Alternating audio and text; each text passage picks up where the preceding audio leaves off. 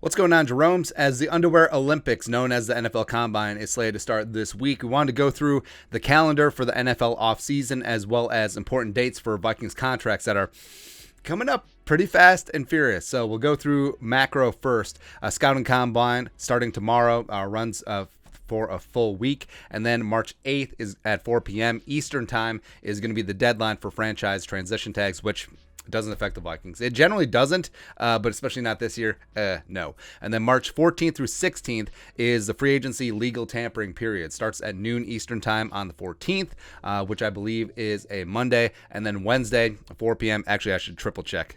Plus, I'm going to an undisclosed location for a couple of days leading up to NFL free agency, so some bat bleep insane stuff is going to happen. So yes, Monday is the 14th, and then Wednesday is the 16th. So Wednesday, March 16th, 4 p.m. is the start of the new league year. Free agency opens, and we're going to be good to go. Although, contracts get done and reported, from anywhere from the 14th, 15th, 16th. So once free agency opens, it's sort of like okay. Also, if there's any trades that are done beforehand, 16th is when they become official. And then March 27th through 30th is annual league meeting down in Florida. That's where they vote on new rules and new XYZ and changes to overtime. I don't know. We'll see what happens. April 4th, Vikings are eligible to start offseason workout program a couple weeks early because the Vikings have a new head coach, so it'd be nice to see. Man. It's going to be sexy. Start of April, you got people back at TCO Performance Center Bar and Grill. Woo! Let's go, man.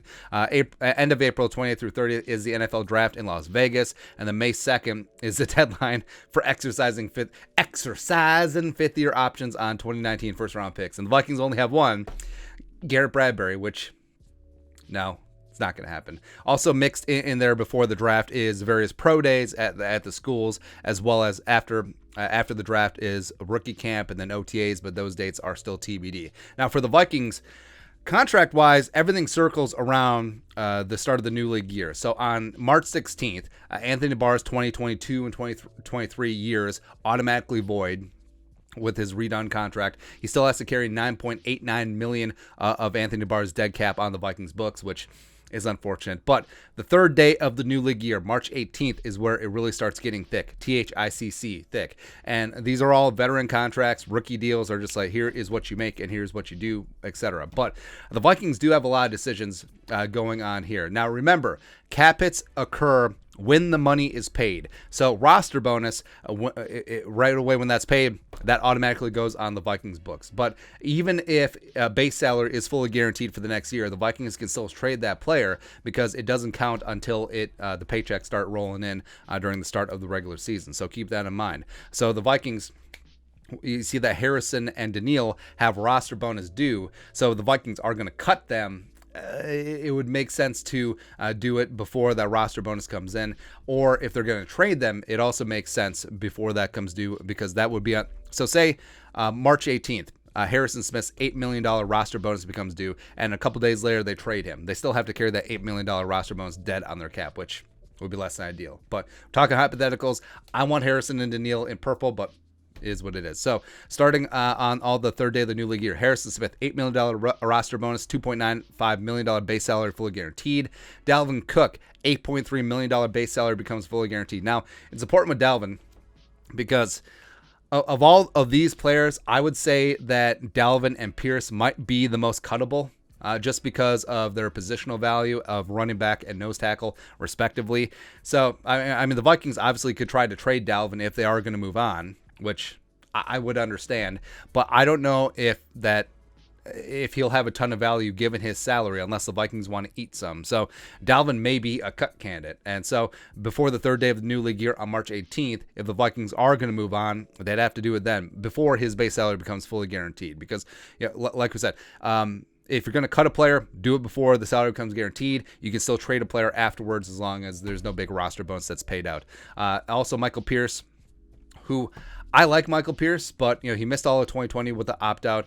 All of 2020 with the opt-out, and then he missed a bunch of time last year with that elbow injury, and he has a $7.9 million base salary. Now, I think that he and Dalvin, and also the other Dalvin, could be pay cut or cut candidates. So it's like, hey, want you to take a little bit less or restructure or do XYZ, etc. Brian O'Neill, it's formality. So $4.4 million base salary becomes fully guaranteed. He's obviously going to be here, one of the best right tackles in the game. Diesel Dalvin Tomlinson, so he's got a pretty small $4.9 million base salary, which becomes fully guaranteed on the third day of the new league year. I would like to keep him around, especially playing some 5-tech in the new Vikings defensive scheme. There you go. And then also, finally, on the 5th day of the new league year comes the big decision with Danielle Hunter. Now, I am team Danielle. He proved that his neck was healthy. Yes, he had a torn pec, but that happens to everyone. So I would extend Danielle Hunter. I would lower his 2020 cap hit, and I would roll with him long term because you look around. You look at the Rams. Kevin O'Connell saw what having a guy like Aaron Donald, like having a guy like Von Miller can do, just completely disrupting things on that defensive side of the ball. And then also Kwesi in San Francisco when they drafted Bosa, and also with the Browns when they had Myles Garrett. He sees up close what a game-changing edge rusher can do. So I think that they should keep Danielle Hunter, but they are going to have to make that decision. Now, it could be a spot where the $18 million roster bonus comes due, fine, whatever, and then they rework his contract to make it more palatable to the salary cap afterwards, right?